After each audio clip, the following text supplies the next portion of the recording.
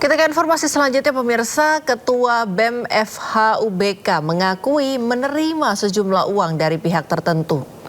Ya, total uang 20 juta rupiah agar bisa membatalkan unjuk rasa. Pihak kampus telah memanggil mahasiswa dan membentuk tim investigasi.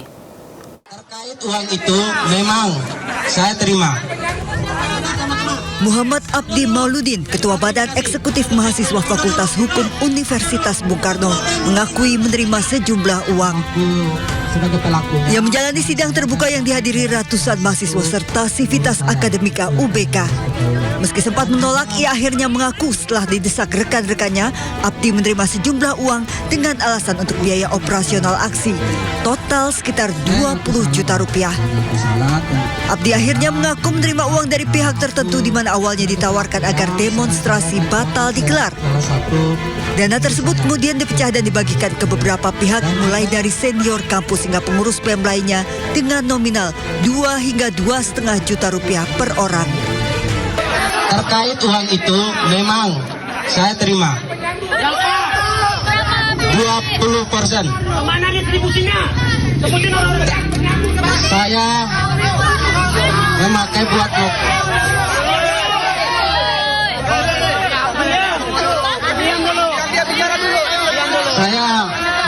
buat mokom 500, tambahan buat mokom. Yang kebutuhan lainnya sekitar 200. Dan satu udah bagi sama senior alumni kampus. Saya menerima 2 juta. Udah ya.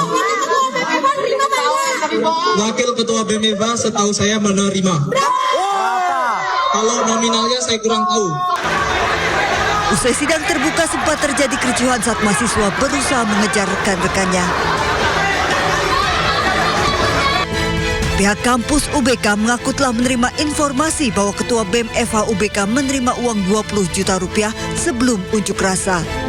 Dalam kasus ini kami sudah memanggil Ketua BEM Fakultas Hukum Saudara Abdi dan dia sudah membuat pengakuan secara resmi kepada kami pihak universitas bahwa dia menerima uang sebesar 20 juta melalui oknum senior alumni dari Fakultas Hukum UBK yang diserahkan oleh oknum aparat kepolisian.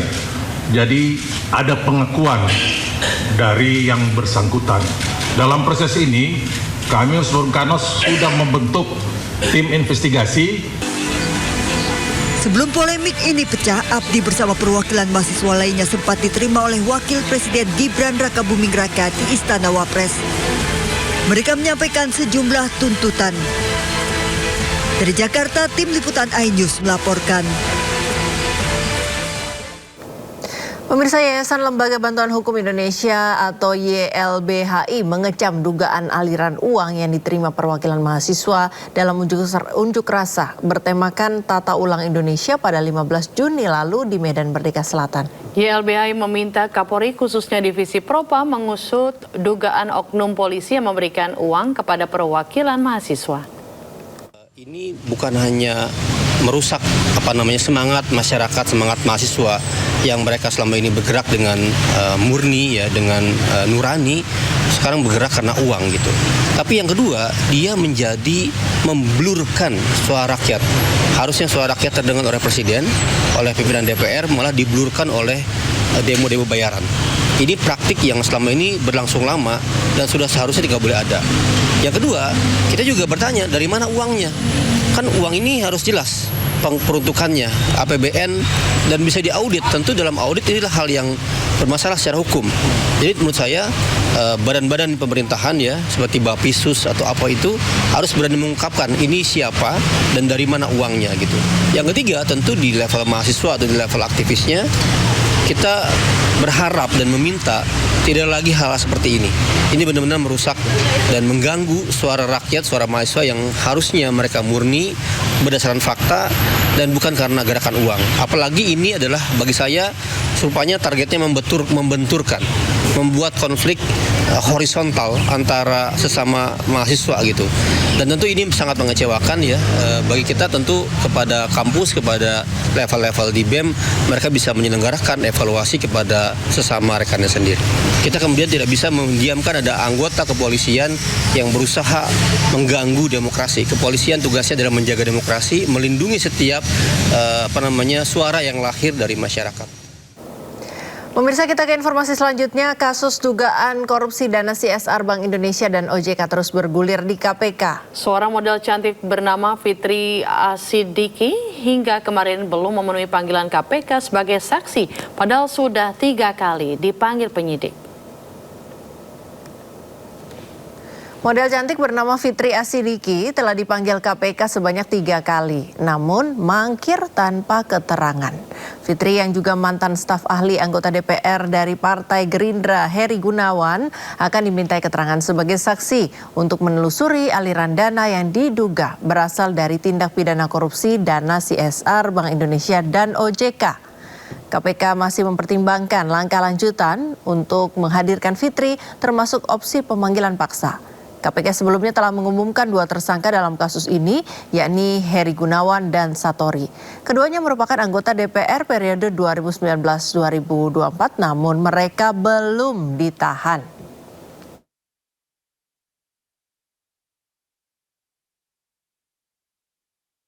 Untuk mengetahui pemanggilan yang akan dilakukan KPK terhadap model dan mantan staf ahli DPR Fitri Asidiki, kami sudah terhubung dengan rekan Naura Syafika bersama juru kamera Yudi Richard di Gedung Merah Putih KPK Jakarta.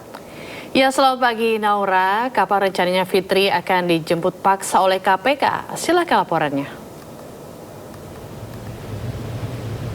Ya, baik, selamat pagi Ayu, Priska dan juga pemirsa. Memang sudah 4 kali pemanggilan dilakukan kepada Fitri Asidiki, model dan juga mantan dari staf ahli anggota DPR Heri Gunawan. Di mana memang untuk 4 kali pemanggilan ini dimulai dari tanggal 9, 11, 15 dan terakhir di tanggal 23 Juni Fitri ini masih mangkir dari pemanggilan penyidik KPK. Sehingga memang dari jubir KPK yaitu Budi Prasetyo ini sudah mempertimbangkan adanya pemanggilan ataupun juga penjemputan secara paksa karena panggilan tersebut selalu dihindari oleh Fitri. Dan memang kalau misalnya kita melihat dari kasus ini, perkembangannya untuk Fitri Asidiki ini menjadi saksi atas kasus dugaan penerimaan gratifikasi dan juga tindak pidana pencucian uang dari kasus terkait program sosial CSR di Bank Indonesia dan juga OJK Otoritas Jasa Keuangan. Dimana kalau kita menarik kembali di kasus tersebut, memang ini dari KPK sudah menetapkan ada Heri Gunawan dan juga Satori sebagai tersangka, di mana mereka berdua ini merupakan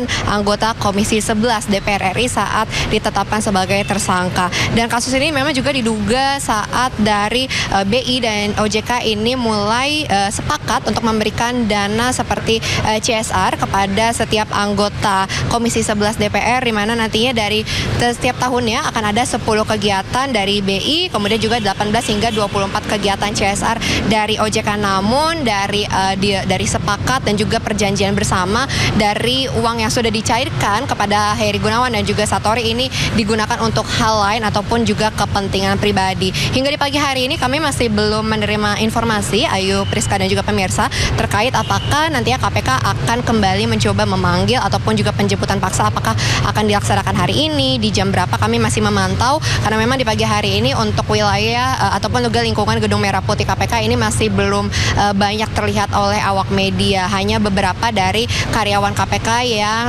hendak pergi atau hendak berangkat ke kantor KPK ini. Kami masih akan memantau dan juga mengupdate kembali kepada Ayu, Priska dan juga pemirsa. Sementara itu kembali ke studio. Ya, terima kasih rekan Naura Syafika dan juru kamera Yudi Richard telah melaporkan langsung dari Gedung Merah Putih KPK Jakarta. Selamat bertugas kembali.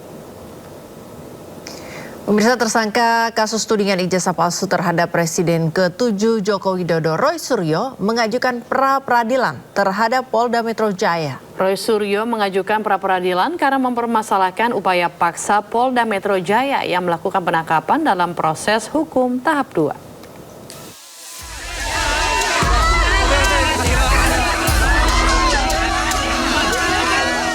Permohonan pra-peradilan Roy Suryo didaftarkan pada Senin lalu dalam website Sistem Informasi Penelusuran Perkara SIPP Pengadilan Negeri Jakarta Selatan. Roy Suryo sebagai pemohon mempermasalahkan sah atau tidaknya upaya paksa penangkapan dan penggeledahan.